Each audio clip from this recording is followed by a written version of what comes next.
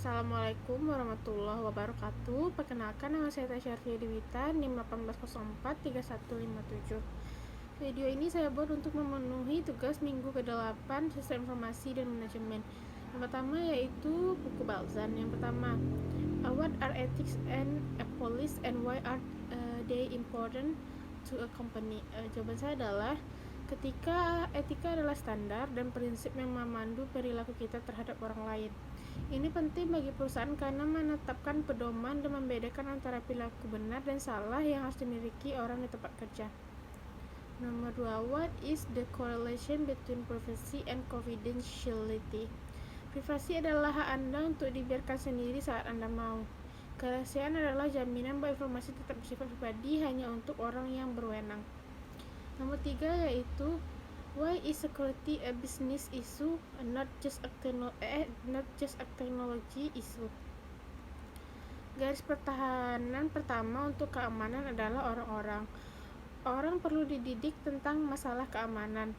Tanpa orang-orang yang mematuhi kebijakan keamanan, tidak ada teknologi yang dapat melindungi perusahaan informasi. Perusahaan harus memastikan informasi pribadi tentang karyawan dan pelanggan tetap bersifat pribadi dan aman untuk mencegah penyebaran dan atau penggunaan oleh sumber yang tidak sah.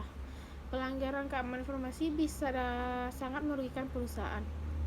Nomor 4 yaitu how can a company participating in a business keep its information secure?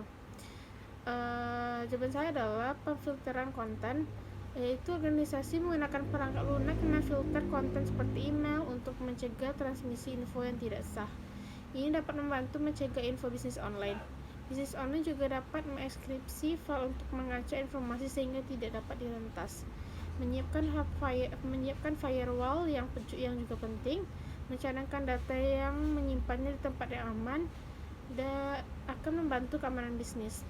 Perangkat lunak pendeteksi gangguan, pemantau penuh waktu untuk arus lalu lintas info online. Yang kedua itu buku Loudon. Pertanyaan pertama yaitu what ethical, social, and political issues arise by information system?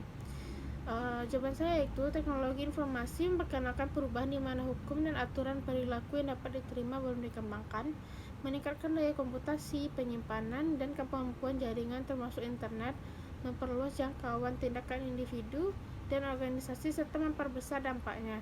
Kemudian dan anonimitas informasi yang sekarang dikomunikasikan, disalin dan dimanipulasi dalam lingkungan online menimbulkan tantangan baru bagi perlindungan privasi dan kekayaan intelektual.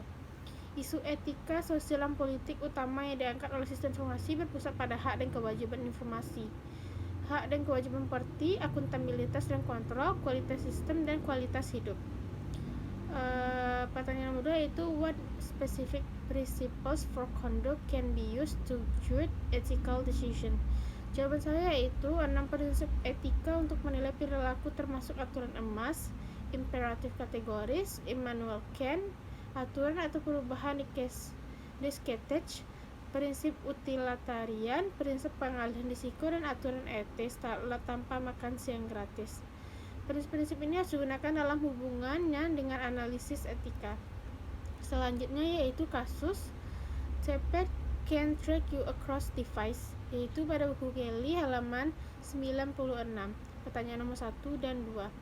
Pertanyaan nomor 1 yaitu is typed business model ethical, where or why not? Saya pikir meskipun model bisnis typed melacak individu seluruh perangkat, itu sebagian besar untuk kebaikan konsumen. Saya bekerja di sebuah perusahaan pada musim panas yang lalu yang memiliki model serupa, dan kami menggunakannya untuk menargetkan iklan sehingga setiap individu mendapatkan iklan yang dipersonalisasi, dan menurut saya itu secara keseluruhan baik untuk pelanggan. Pertanyaan 2 yaitu what is the relationship between typed business model and your privacy? Provide specific example to support your answer. Jawaban saya itu menurut saya sangat berhubungan. Hal ini disebabkan oleh aplikasi tersebut dapat melacak dan menargetkan alat komunikasi konsumen yang sama, dan itu bisa menyebabkan berbagai berita terkait yang selalu muncul dengan apa yang selalu kita cari di kolom pencarian, sehingga menyebabkan spam, dan konsumen tersebut akan merasa terganggu dengan berita atau iklan-iklan yang muncul setiap saat. Contohnya, di beberapa media sosial seperti Google dan Instagram biasanya selalu menampilkan berita atau iklan-iklan yang berhubungan dengan apa yang kita cari sebelumnya. Sekian jawaban saya. Apabila ada salah kata tolong dimaafkan. Assalamualaikum warahmatullahi wabarakatuh.